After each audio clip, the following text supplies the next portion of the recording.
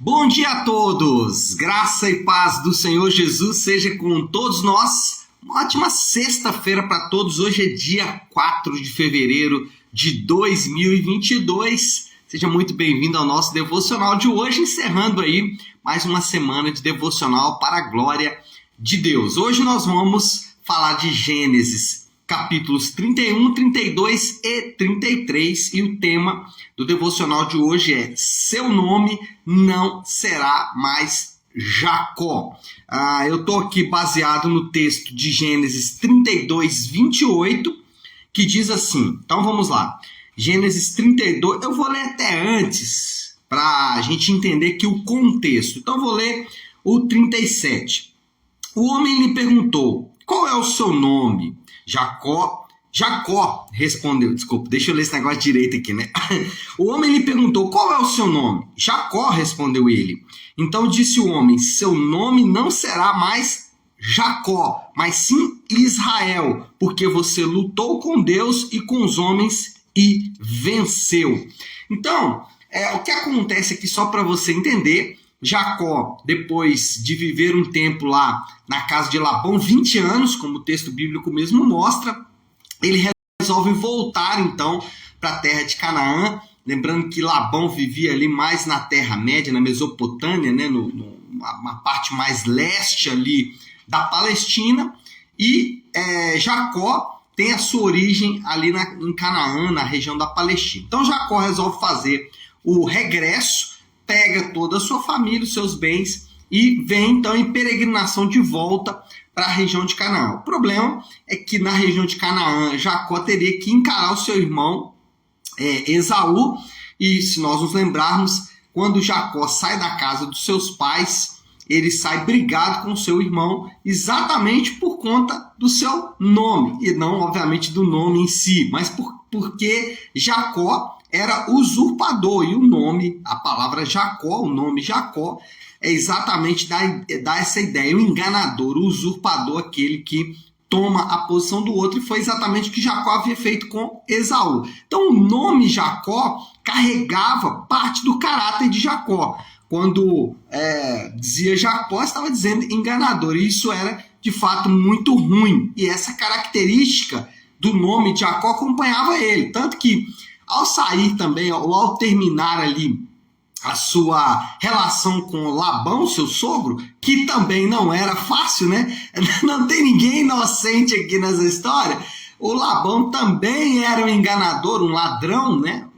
Fazendo aí uma brincadeira com o próprio nome de Labão. Mas Jacó também, ao interromper a sua relação com Labão, o engana também. E depois desse episódio aqui de Jacó, ele engana de novo seu irmão Esaú de alguma forma, porque Jacó diz: eu vou para Seir encontrar com você, e não o vai. Bom, ao mudar o nome de Jacó, ao tirar ali o nome Jacó e colocar agora Israel, e daí a origem da nação de Israel. Por que a nação de Israel chama Israel? Porque é o povo de Jacó, é o povo desse homem chamado Jacó, que teve o nome mudado para Israel. E porque o nome dele agora é Israel, a nação também é o povo de Israel. Tanto que, às vezes, né, os profetas se referem à nação de Israel como Jacó, vermezinho de Jacó, né? Isaías, se eu não me engano, faz essa referência. Mas, enfim, ao mudar o nome de Jacó, Deus intentou enfatizar o seu próprio nome. Quando Deus muda de Jacó para Israel,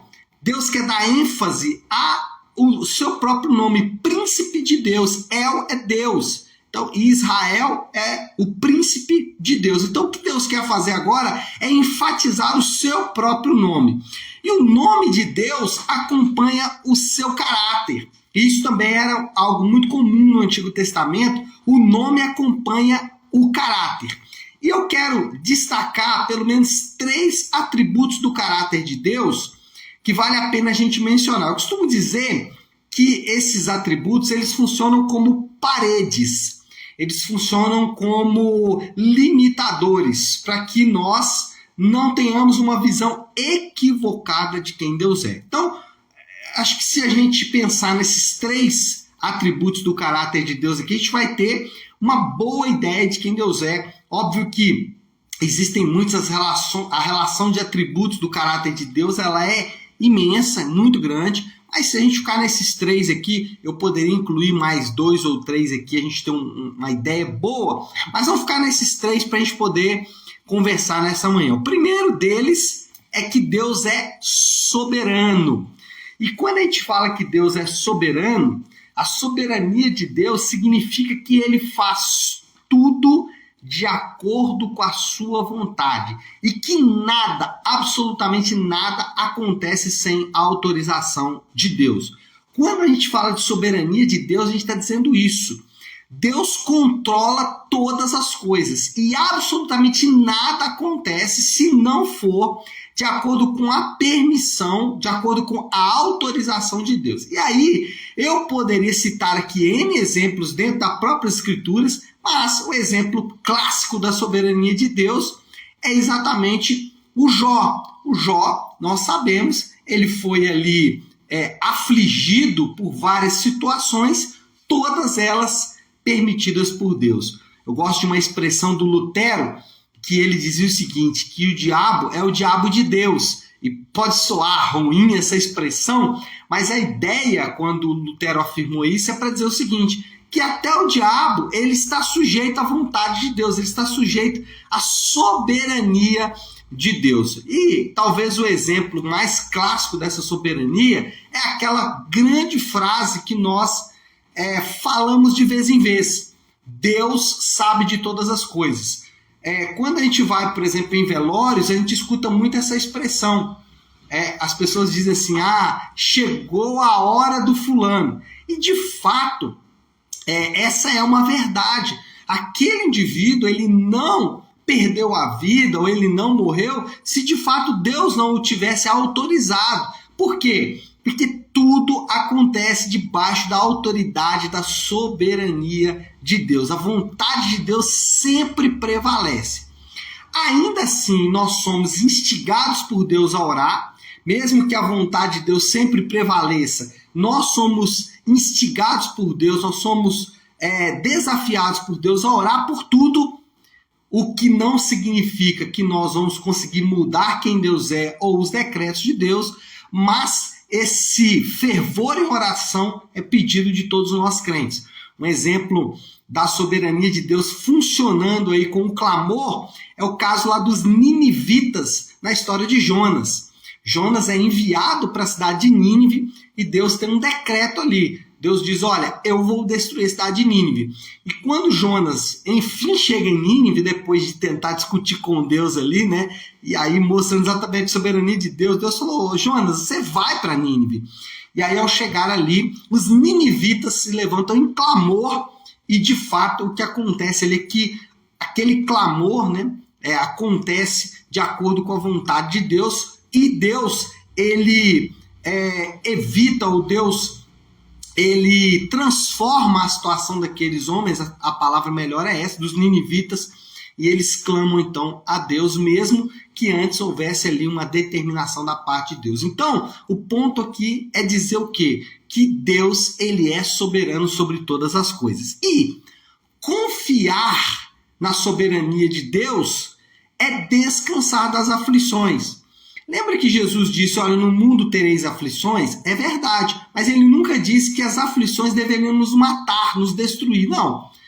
A soberania de Deus nos faz descansar nas aflições. Espera aí, eu estou passando por essa aflição aqui, mas Deus é soberano. Eu vou orar, Deus vai me dar graça, ou ele vai mudar essa situação, ou ele vai me dar sabedoria, graça, ele vai derramar da bondade dele sobre a minha vida para que eu passe por essa situação. Por quê? Porque, em segundo lugar, Deus é amoroso. Então, percebeu que eu falei das paredes? Deus é soberano, mas ele é soberano até o ponto que ele é amoroso.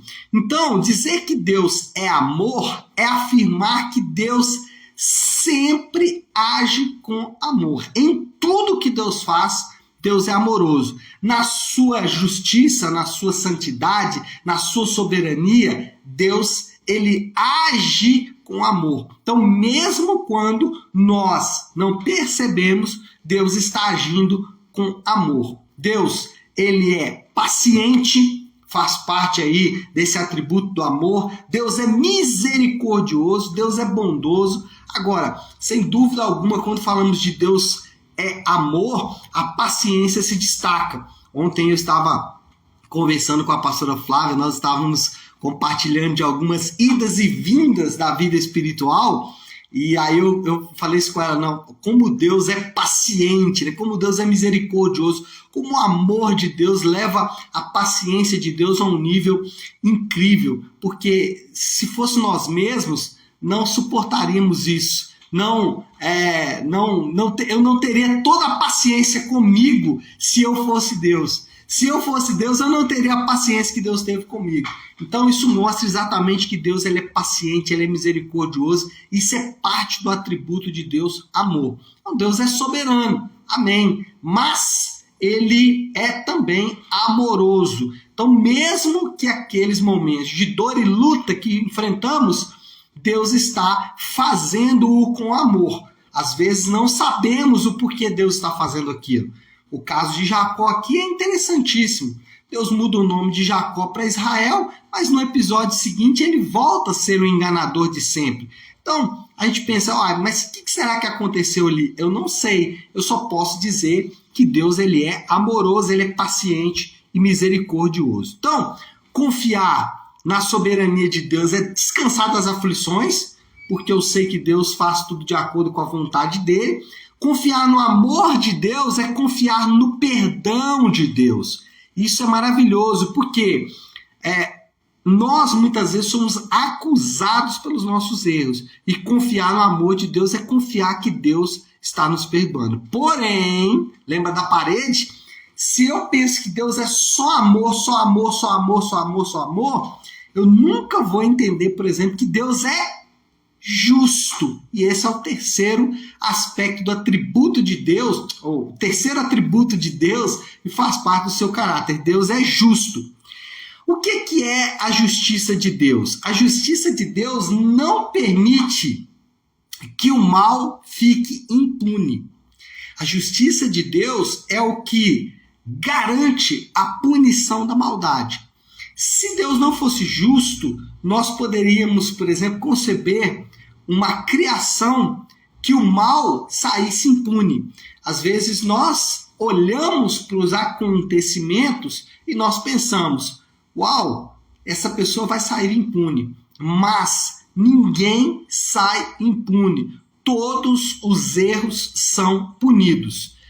Mesmo os erros dos crentes. Mas, pastor, o senhor acabou de falar agora há pouco que Deus, uma das facetas do amor de Deus é que ele perdoa pecados. Então, como assim os pecados serão punidos? Esse é o nosso engano. É achar que Deus esqueceu dos nossos pecados. Ainda que lá nos profetas é falado do mar do esquecimento, né, quando Deus não lembra mais dos nossos pecados, mas a ideia ali não é esquecer no sentido de, olha, eu não levo mais em conta. Mas Deus, ele pune o nosso pecado em Jesus. Essa é por isso a crucificação, para que haja punição de pecados. Então, Deus é justo, ele pune todos os pecados. Perdoar, quando a gente perdoa alguém, é dizer que você reconhece Deus como juiz da situação. Muitas pessoas dizem que é difícil perdoar, é porque elas não entendem o mecanismo de perdão. Quando eu perdoo alguém, eu não estou dizendo, olha, você não será mais punido, mas eu estou reconhecendo que eu não tenho capacidade de julgar aquela situação, mas que Deus, ele é capaz de julgar aquela situação. Então eu coloco ou eu ponho nas mãos de Deus a punição daquele pecado, daquele fato ou daquele gravame cometido contra a minha própria vida. Então, confiar na justiça de Deus é descansar das obras. Por que é descansar das obras? Confiar na justiça de Deus é confiar que Deus faz justiça em nosso lugar e que nós não precisamos nos justificar mais. Então, confiar na soberania de Deus é descansar das aflições, confiar no amor de Deus é confiar no perdão de Deus e confiar na justiça de Deus é descansar das nossas obras. Qual é a moral da história?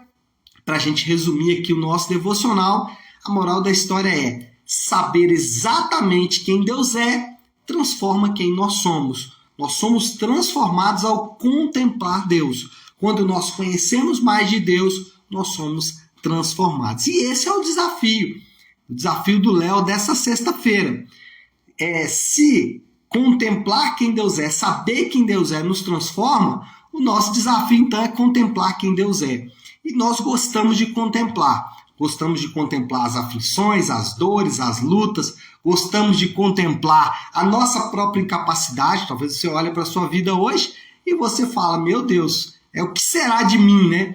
E por quê? Porque você está contemplando muito a sua própria vida. E contemplar quem Deus é, o Israel, né, o príncipe de Deus, Jacó devia tirar os olhos de Jacó e colocar mais os olhos no Israel. Colocar mais os olhos no Deus que iria transformar toda a sua situação. Então, esse é o ponto. Contemplar quem Deus é. Porque contemplando quem Deus é, nós somos transformados. Tá certo, pessoal? Vamos orar? Vamos colocar tudo isso aí diante de Deus, como eu gosto de fazer toda sexta-feira, faço as segundas também, eu gosto de encerrar o nosso devocional com a oração do Pai Nosso. Então, se você puder, pare um instante o que você está fazendo e vamos juntos buscar a Deus em oração. Pai nosso que estás nos céus, santificado seja o teu nome. Venha o teu reino, seja feita a tua vontade, assim na terra como no céu.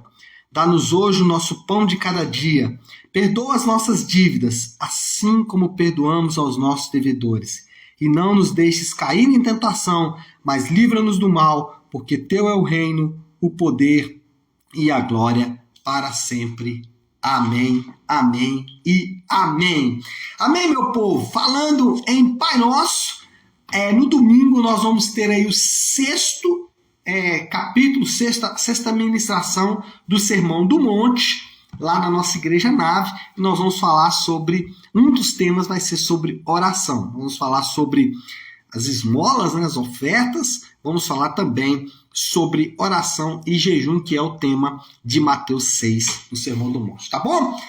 É isso então, pessoal. Fiquem com Deus. Deus abençoe. Ótima sexta-feira para todos e um excelente final de semana.